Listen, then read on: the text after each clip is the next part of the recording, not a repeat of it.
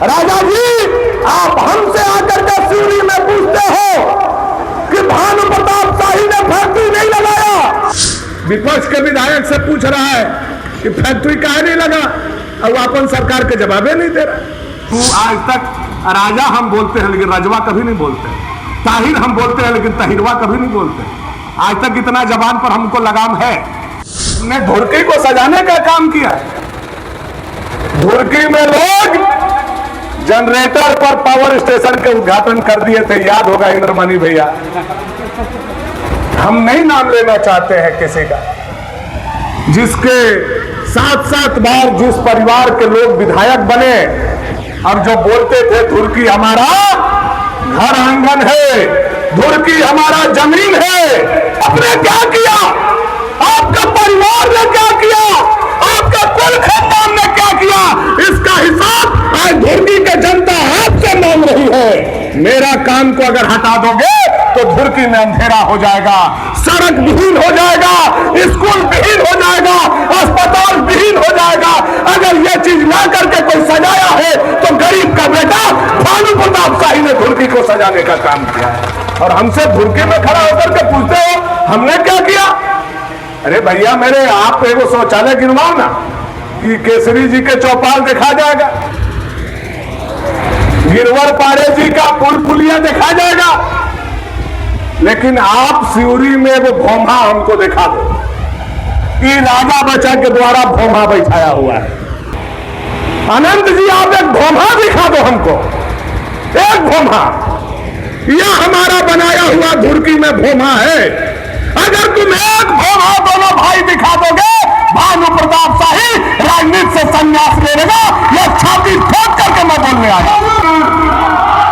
आज आमा खोरिया से लेकर के नगर उतारी, धुरकी से लेकर के खाला खुटिया रक्सी होते हुए उत्तर प्रदेश सीमा तक, आमा खोरिया से लेकर के मेराल तक, नगर थाना से लेकर के मरचैया तक, मरचैया से लेकर के पनघटवा तक, मरचैया से लेकर के टाटीगिरी तक, टाटीगिरी से लेकर के आपका गलियारी होते हुए, बुलका होते हुए और रमुना तक यह काम लगा हुआ है कि हम झूठ बोल रहे हैं? बताइए आप लोग, हो रहा है कि नहीं हो रहा है? हो रहा है कि नहीं हो रहा है? राजा बचा, पहले अपना आंख दिखवाओ और उसके बाद रांची जाकर के दिमाग दिखवाओ। काम करने वाला बेटा पर आरोप लगाते हो। आज धुरकी के लोगों का जीवन स्तर भानु प्रताप शाही ने उठाया है। राजा आप हिसाब दो, आपने क्या किया?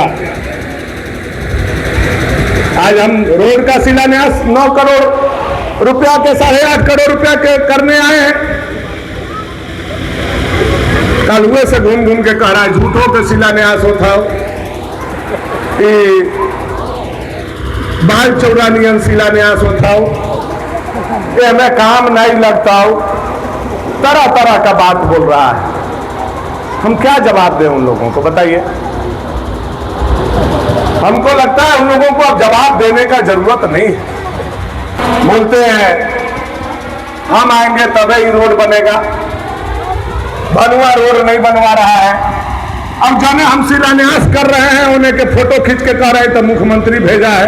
दोनों बतवा अपने से कह रहे हैं, जो हो गया वो मुख्यमंत्री भेज दिया और जो नहीं हुआ वो भनुआ नहीं किया। ये कैसे दूगो बात होगा रे भाई? कैसे होगा? बुड़बक से बुड़बक आदमी भी जान रहा है और सबको पता है कि मुख्यमंत्री सड़क योजना यह योजना का नाम है, मुख्यमंत्री पुल योजना यह योजना का नाम है। और सबको पता है कि योजना अगर विधानसभा में आता है तो विधायक की अनुशंसा पर आता है, विधायक के मेहनत से आता है, विधायक के परिश्रम से आता है। योजना में गोड़ नहीं लगा हुआ है कि वहां से रांची से चला और लान के सिवरी खपा खपा बैठ गए। यह योजना लाना पड़ता है।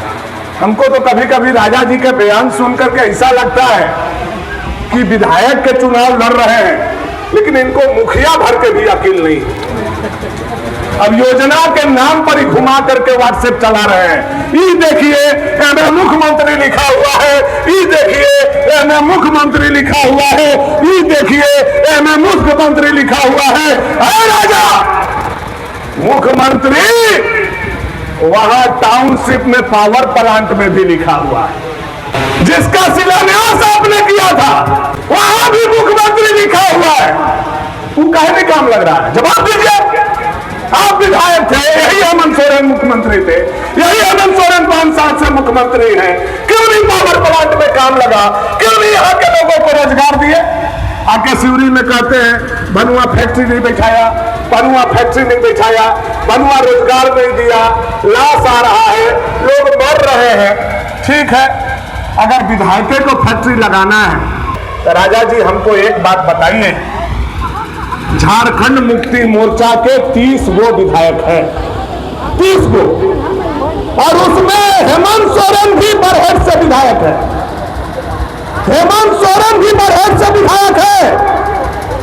राजा जी आप हमसे आकर के सिवनी में पूछते हो कि भानु प्रताप शाही ने फैक्ट्री नहीं लगाया, मैं सिवनी में आकर के आपसे पूछता हूं आपका हेमंत सोरेन बरहेट में क्यों नहीं सीमेंट फैक्ट्री लगाया, आपका मिथिलेश ठाकुर गढ़वा में क्यों नहीं सीमेंट फैक्ट्री लगाया, आपका जेएमएम के विधायक बैजनाथ राम लातेहार में क्यों नहीं सीमेंट फैक्ट्री लगाया?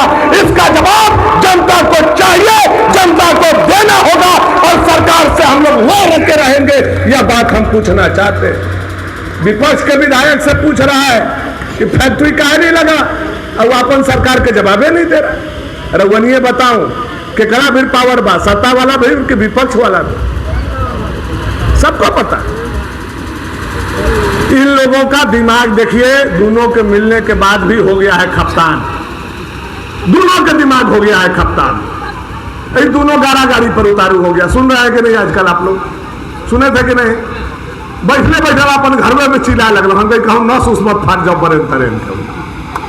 दोनों का दिमाग खप्तान हो गया, गारा गाड़ी उतारू हो गए। भनुआ तनुआ ई ऊ, आज तक राजा हम बोलते हैं लेकिन रजवा कभी नहीं बोलते, ताहिर हम बोलते हैं लेकिन ताहिरवा कभी नहीं बोलते। आज तक इतना जबान पर हमको लगाम है? कभी भी नहीं। वो हमसे उम्र में भी बड़े हैं, हम उनका सम्मान भी करते हैं, हमारा शब्द कड़ा जरूर हो सकता है, लेकिन हमारे माँ बाप गाली गलौज करने हमको नहीं सिखाए। लेकिन गढ़ के लोग तो बड़ी संस्कारी होते थे, अब वो लोग गाली गलौज करने लगे तो हम पता लगा है कि गढ़ के आदमी गाली गलौज कहा करने लगा। तब हमको पता चला कि ताहिर अंसारी में बगल में बैठते बैठते ताहिर वाला सब भूत उनका दिमाग में घुस गया, इसलिए वो आदमी गारागारी करने लगा। ताहिर मियां बड़ी हमारे बारे में उल्टा पुल्टा बोल रहे थे। ताहिर जी आप एक बात बताइए हमको, पिछला बार आपको 55,000 वोट मिला, हम मानते हैं उसमें 20-22 हजार मुसलमान का वोट आपको मिल गया। चलिए मिल गया, पूरा मुसलमान के नेता आप हैं, आपको 22,000 वोट मिल गया।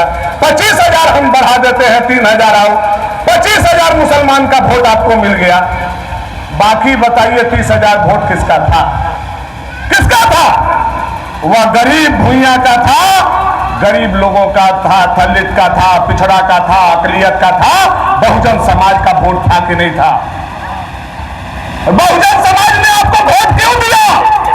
इसलिए वोट दिया कि अगर आप विधायक बनेंगे तो बहुजन समाज का रक्षा करने का काम करेंगे। और बहुजन समाज का रक्षा किससे चाहिए? बहुजन समाज का रक्षा चाहिए जमींदार से, बहुजन समाज का रक्षा चाहिए सामंतवादी से, बहुजन समाज का रक्षा चाहिए आतंकवादी और उग्रवादी से। और आपने उस बहुजन के वोट को, 35,000 वोट को ले जाकर के राजा जी के चरणों में 7 करोड़ रुपया में बेचने का काम किया। यह पाप कभी भी नहीं भूलने वाला है, कान खोल करके सुनने का काम कीजिए। भले वह 7 करोड़ मिथिलेश ठाकुर का पैसा है, जिसमें 4 करोड़ आपको मिल गया, 3 करोड़ आपको मिलेगा। और लेकिन आप यह मत सोचिए कि आप जाकर के राजा जी को जूता पहनाने लगे तो हमारा बहुजन भाई भी जाकर के राजा को जूता पहनाएगा। बहुजन समाज अगर स्वाभिमान का राजनीति करता है तो जीवन में उसका वोट राजा के खाता में नहीं जाएगा, नहीं जाएगा, नहीं जाएगा। यह मैं गर्व के साथ कह सकता हूं।